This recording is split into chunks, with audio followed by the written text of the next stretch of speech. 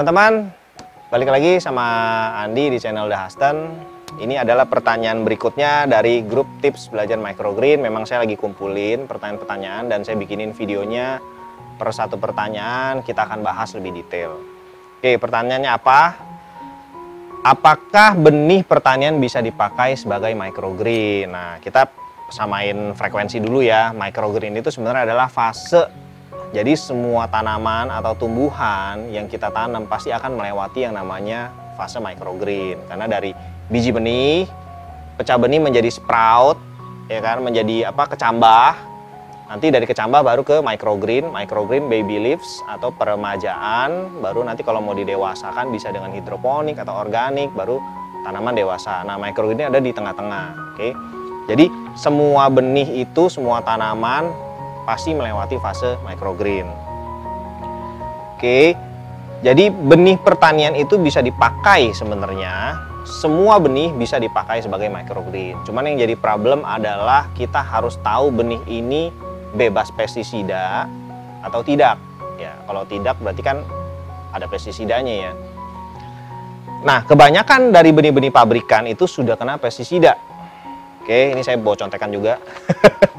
Memang ada satu proses dari produksi benih yang mengharuskan penyemprotan cairan kimia untuk menjaga kualitas si benih atau untuk treatment supaya si benih itu juga expired date-nya itu lebih panjang gitu ya.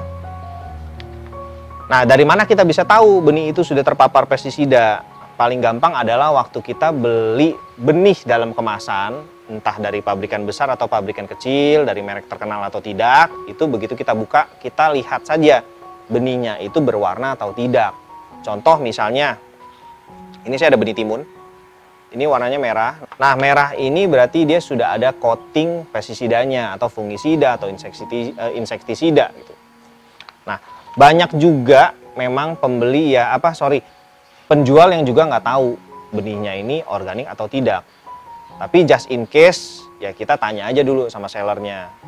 Ini organik atau tidak gitu loh.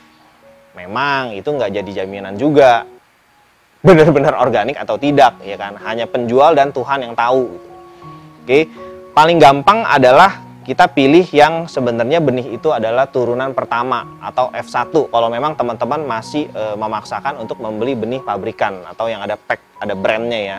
Karena biasanya benih turunan pertama itu adalah tidak ada treatment untuk coating cat pakai chemical, tidak ada kimianya. Nah, kenapa chemical kimianya ini berbahaya? Sebenarnya ada 3 macam cara si pabrikan benih untuk menjaga benihnya itu dengan pestisida. Pertama adalah sistem kontak. Jadi penyemprotan si benihnya ini ditaruh, disebar, itu disemprot. Nah, yang kena semprot aja itu berarti yang dilindungi sama pestisida itu. Biasanya itu kebanyakan ada di benih kangkung. Jadi kalau teman-teman misalnya tanam kangkung dan beli benih dari pabrikan besar, sekilo-sekilo gitu yang banyak, itu kalau lagi dibilas, dicuci, itu air rendamannya itu biasanya tuh kotor banget, coklat banget, dan itu butuh berkali-kali, bahkan sampai 5-6 kali baru airnya bening. Nah, kalau yang organik biasanya cuma 2-3 kali itu sudah bening air dia punya bilasannya. Oke, yang kedua adalah translaminar. Nah, ini adalah kena cairannya yang mengalir gitu. Jadi mirip sama yang kontak, tapi dia lebih banyak gitu loh kenanya. Yang ketiga adalah sistemik. Nah, ini yang paling berbahaya. Biasanya chemical kimia pestisidanya itu sudah masuk ke jaringan struktur si benihnya itu dan tinggal di dalam kurang lebih sampai 2 minggu. Nah, problemnya adalah kita kalau tanam microgreen itu kan panen tidak lebih dari 2 minggu kebanyakan. Biasanya 7-11 hari kita udah panen. Bahkan untuk kacang hijau 4 hari kita udah panen, ya kan? Nah, kalau misalnya kita makan yang ada chemical tadi itu, yang ada kimianya itu untuk pestisida, otomatis jangka panjangnya mungkin akan berefek ke kita punya badan.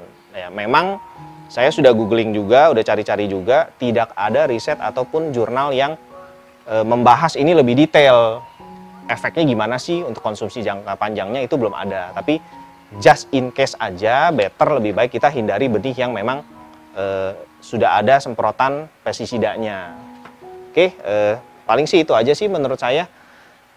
Cari benihnya itu better pilih yang organik, karena kita mau microgreen kita 100%, 100% itu adalah organik yang bisa kita makan supaya sehat. Oke, thank you, keep smile, enjoy the process.